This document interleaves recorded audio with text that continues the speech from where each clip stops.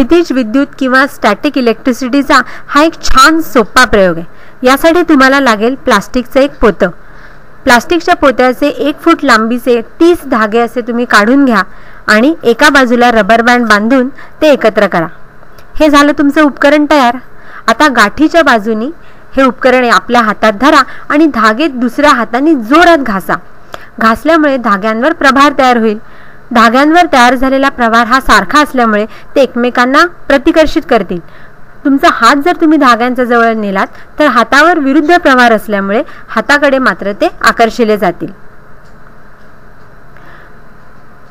हे धागे डिस्चार्ज करण्यासाठी ते जर तुम्ही फक्त आपल्या अंगाला लावलेत तर सगळा प्रभार त्याच्यावरचा डिस्चार्ज होईल आणि परत नवीन प्रयोगासाठी उपकरण तयार होईल। हा प्रयोग उन्हाळ्यात आणि हिवाळ्यात सुंदर होईल, पण पावसाळ्यात मात्र हवेतील जे बाष्प आहे ते सगळा प्रभार शोषून घेतील आणि हा प्रयोग चालणार नाही।